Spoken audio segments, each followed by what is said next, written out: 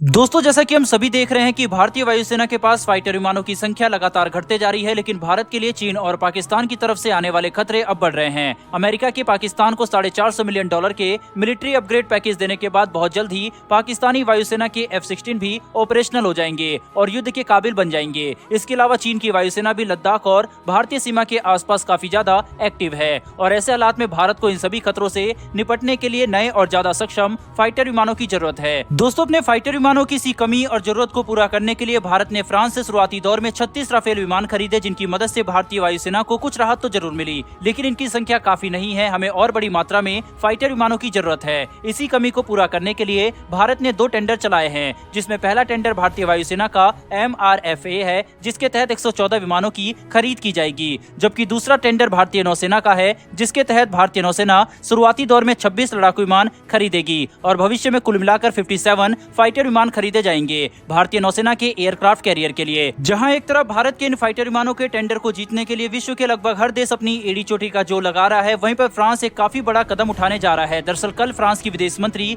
Catherine Bharat का दौरा करने वाली हैं। ये फ्रांस की विदेश मंत्री के तौर पर उनका पहला भारत दौरा है और जैसे की खबरें निकलकर सामने आ रही है, वो भारत आकर राफेल को लेकर भारत से बातचीत कर सकती है। साथ ही वह राफेल को भारत के लिए एक उन्नत फाइटर विमान बताते हुए भारत को खरीदने का सुझाव भी दे सकती है। कूटनीतिक स्तर पर फ्रांस राफेल को लेकर भारत से लगातार बातचीत कर रहा है, लेकिन उनकी विदेश मंत्री के द्वारा ये बात कहे जाना भारत को जरूर प्रभावित करेगा। हालांकि दोस्तों, ऐसा नहीं है कि कैथरीन के कहने पर हम राफेल जरूर खरीद लेंगे, लेकिन कूटनीतिक स्तर पर बातचीत करने से टेंडर पर थोड़ा प्रभाव तो जरूर पड़ने वाला है। साथ ही अगर फ्रांस की विदेश मंत्री खुद राफेल को लेकर भारत से बातचीत करने वाली है, तो जरूर वह भारत को कुछ खास ऑफर दे सकती है या फिर ऐसी कई बातें भी बता सकती है जिससे भारत का फायदा हो सकता है, ताकि वह भारत को प्रभावित कर सके और भारत राफेल को अपने इन फाइटर विमानों के टेंडर में सेलेक्ट कर ले। कैथरीन अपने भारत दौरे के दौरान भारत और फ्रांस के द्विपक्षीय संबंधों पर भी बातचीत करेंगी। साथ ही भारत और फ्रांस एक दूसरे के साथ अंतर्राष्ट्रीय और आर्थिक स्तर पर साझेदारी कैसे और ज्यादा मजबूत कर सकते हैं, इस पर दोनों देशों का फायदा हो, इस पर भी बातचीत करेंगी। दोस्तों, फ्रांस भारत के साथ विश्व स्तरीय और उन्नत रक्षा तकनीक को लेकर साझेदारी करने के लिए तैयार है और इसी वजह से भारत भी फ्रांस के साथ काम करने के लिए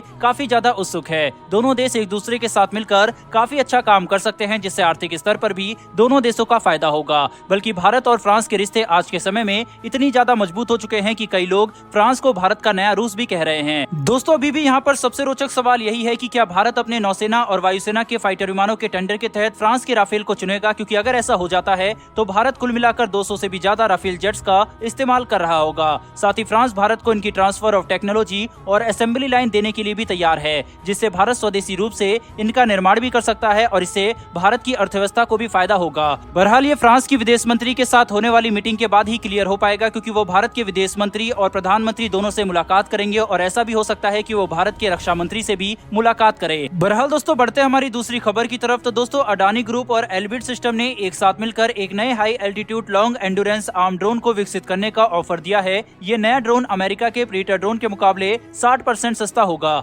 अमेरिका का predator drone per unit $100 million की कीमत पर आता है, जबकि 60% सस्ता होने की वजह से ये नया ड्रोन भारत को लगभग $40 मिलियन प्रति यूनिट पर मिल सकता है। वहीं इसके साथ ही अडानी और एल्बिट सिस्टम का ये कहना है कि इस ड्रोन को हम्स 900 स्टारलिनर ड्रोन के तर्ज पर विकसित किया जाएगा, जिससे इस नए ड्रोन का विकास भी काफी तेजी से किया जा सकेगा। साथ ही ये नया ड्रोन काफी ज्यादा सक्षम, भरोसेमंद और असरदार भी साबित होगा। भारत लगभग $3 अरब की कीमत पर अमेरिका से 30 प्रीडेटर ड्रोन खरीदने वाला है, लेकिन अगर ये ड्रोन भारत को ऑफर किया जाता है तो ये भारत के लिए काफी ज्यादा फायदे का सौदा होगा। सबसे बड़ी बात तो ये होगी कि ये एक स्वदेशी ड्रोन होगा, जिसे एक भारतीय और इजरायली प्राइवेट कंपनी ने एक साथ मिलकर बनाया होगा, जो कि अमेरिकी ड्रोन के मुकाबले 60% सस्ता होगा। यानी कि 30 प्रीडेटर ड्रोन की कीमत में भारत ऐसे 75 ड्रोन खरीद सकता है। यानी दोस्तों, अब आप खुद समझ गए होंगे कि कहां भारत $3 अरब खर्च करके अमेरिका से मात्र 30 प्रीडेटर ड्रोन खरीद रहा है, वहीं पर $3 अरब खर्च करके भारत 75 स्वदेशी ड्रोन खरीद सकता है, जिन पर भारत का पूरा हक होगा और भारत अपने हिसाब से इनका इस्तेमाल और अपग्रेड कर सकता है।